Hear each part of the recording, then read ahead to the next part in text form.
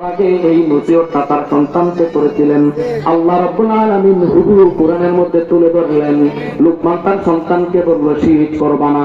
এর মানে কথা হচ্ছে আল্লাহর সাথে কাউকে শরীক করা যাবে নাকি? তাহলে সেজদা আল্লাহর দরবার ছাড়া অন্য দরবারে দেওয়া কি? জোরে বলেন কি? অন্য সব গুনাহ আল্লাহ মাফ করে দিবেন, কিন্তু শিরকের গুনাহ আল্লাহ মাফ করবেন না। কেন না? শিরক হচ্ছে এমন গুনাহ, সৃষ্টি হয়ে স্রষ্টার সাথে বেয়াদবি, সৃষ্টি হয়ে স্রষ্টার সাথে বেয়াদবি মানে আল্লাহর সাথে বেয়াদবি, আল্লাহর দ্বারা শক্ত দ্বারা কথা বলেন, ঠিক না ঠিক? এখন আমি আপনাদেরকে প্রশ্ন করতে চাই, বাংলাদেশে কবর পূজা আছে না নাই? মাজার পূজা আছে না নাই? মাজার পূজার কবর পূজার সাথে ইসলামের কোন সম্পর্ক আছে নাকি? আর জোরে বলেন, আছে নাকি?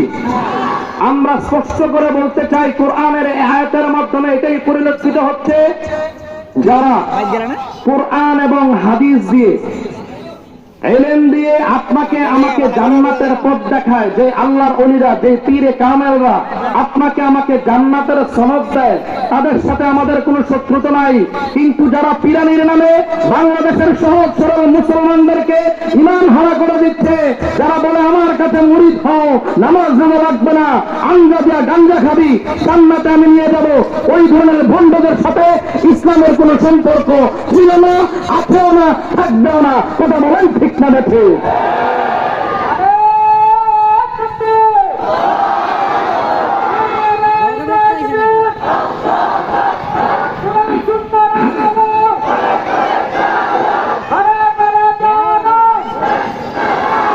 আমার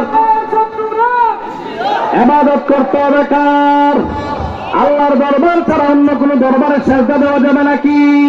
যারা বলে আমার দরবারে আসো, যেই দরবারের মধ্যে সেজদা চলে, যেই দরবারের মধ্যে নারী পুরুষ অবাধে মেলামেশা করে, এই ধরনের কোন দরবারের সাথে আমাদের কোন সম্পর্ক আছে নাকি? খাজার নামে মাজার করে দেখায় যারা খাজার শান, দিনে করে ভণ্ডামি আর রাত্রে মারে গাজায়টা। আছে না নাই যুবক ভাইরা?